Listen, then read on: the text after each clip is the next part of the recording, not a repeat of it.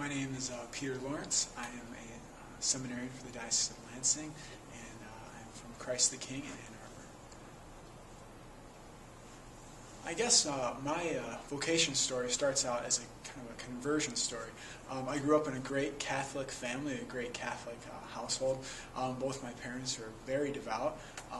They brought us up in the faith very well, and would take us to Mass every week, even during the weekdays for daily Mass at times. And but I think for me, my parents did as much as they could. But for me, the relationship part of the Catholic faith didn't really hit me until later on in my college years, even though I'd been brought up with it.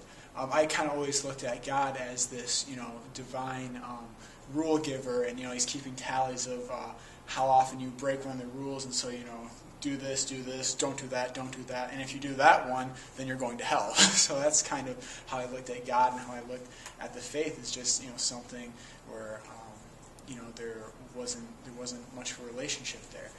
And I guess so as I was growing up and in high school and college, I had I would pray occasionally, read the Bible a little bit, but it was kind of like from a substantial standpoint, there wasn't really a whole lot going on. There was like my plan for my life, and then there was like all my priorities, like family, friends, what I wanted to do for a career, college, everything. And then God's plan was were like 7, 8, 9, 10 down on the list of priorities. And then about my junior year of college, I went on a retreat to Steubenville, and it was a young adults retreat, and I just really, really got challenged there by the speakers to really start living the Catholic faith as a relationship of love with this this wonderful God who is beyond our understanding and who loves us beyond anything we could ever imagine. And I really just started feeling convicted in my heart that I really need to start pursuing a relationship with God. And one of the really big things that was brought up at that retreat was having a consistent prayer life. A lot of the speakers were bringing up you need to be praying every day, at least somewhat. And one of the points they brought up was how can you have a relationship with someone that you never speak to, you never take the time to be with? How can you ever, have any relationship with, what kind of a relationship is that? And that really got me thinking. I was like, I've never, my whole life, even though I've been raised Catholic, I've never had a consistent prayer life, like where I said every day I'm going to do this. And so that was one of the things, I had to start asking myself all these basic questions again, after I got back from this retreat, like, kind of what's the meaning of life type of stuff, why am I here, what are the goals for my life, how am I reaching those goals, how am I living my life right now, and where is God in that, and, having to just ask myself the basic question, do I still want to remain Catholic, and if I do, I need to start really changing some things in my life, and start putting God's priorities ahead of my own, and so I decided to remain Catholic, and I decided, one of the things that needed to change was I needed to pray every day. I had no idea, what I was going to do for that, how long it was going to be, but I was like, I don't care if it's going to be, 5 minutes or 60 minutes. I was like, I'm going to have some type of prayer every day. And I remember this was just kind of a real big and kind of a scary thing for me, because I was like, man, if I really start praying every day, then that means, God's going to be with me every day, that I'm going to be spending some time with Him every day. Because it was so easy for me to have, a relationship with God when, I kind of prayed to Him when I needed it. When He was kind of, there and I was here and I was like, all right, God, this is my life and this is how I'm going to run it. And you just kind of stay over there on the sidelines and I'll call you when I need you. That's kind of the attitude I had with God. And so I was like, man, if I really surrender everything to Him, then, He might ask me to, do something hard. He might ask me to, start giving things up, or, then the thought ran through my mind, He might ask me to be a priest, and I'm like, I was like, all right, well, all those fears aside, I was like, I need to find this out for myself. And that was the other big thing is, I was finally at a point in my life where I was like, I need to find out if this is real, if there is a person behind all of the creeds and all of the times rote prayers that we have. I've always prayed the Our Father, Hail Mary, but again, without the relationship there wasn't a whole lot of meaning. So I was like, I need to find out if God is real.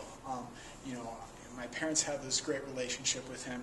Some of my siblings have this great relationship with him. All these people I know have this great relationship with him, but I don't. So I'm missing something. But I need to know if he's real, and I need to know if everything that the apostles said, everything that the saints said, everything that the Catholic Church has taught, that God wants to be in this amazing relationship with us. I need to know for myself if that's real. And so I said, all right, I'm going to do it. So I remember just, all this going through my mind is, I was kneeling down by the bedside. I was like, all right, God, this is it. I'm gonna pray, and it's going to start right now. This is going to be every day. And, nothing huge happened at that point. I can't remember. I think it was like, 10 or 15 minutes that I started to pray, but it was every day. It was consistent. And I started noticing God really blessed that whole year and that whole summer. I started going to daily Mass, and really started falling in love with Jesus and the Eucharist. And then it started coming into my mind the thought of possibly being a priest. And as soon as it came into my mind, I was like, oh, I knew it, Jesus. I knew you were going to do this to me. And but it started becoming stronger and stronger. And I tried to ignore it. And then people started asking me, have I thought about being a priest? Or, I think you'd make a good priest, or have you considered being a priest? And I was like, I was just kind of like, yeah, I don't know, not really. And, I just kind of tried to shove it off. Eventually, it started happening so much, I was getting really annoyed. And so I made a little deal with God and said, all right, God, if you stop sending me these people, then I will think about it. And long story short, he held up his end of the bargain, and so I started thinking about it, and contacted our vocation director and met with him a couple times.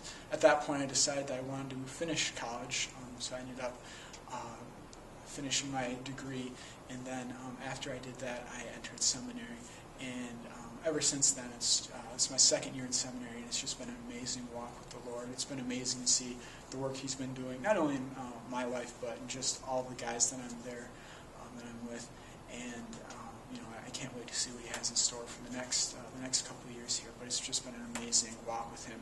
And I guess there's the one tip or piece of advice that I would say is absolutely essential to anybody discerning priesthood or religious life or marriage. You've got to pray. You have got to pray about it. Again, if it's 5 minutes or if it's an hour, but it has to be every day. You've got to have that relationship with the Lord, because only when we're having that relationship with the Lord are we going to be able to hear and listen to what he's telling us. And so I would just really encourage anyone who's thinking about their vocation to really take that time with the Lord and really walk with him and develop that relationship with him, and trust that he's going to bring you to places that you never could have imagined, and with a relationship with him that you never could have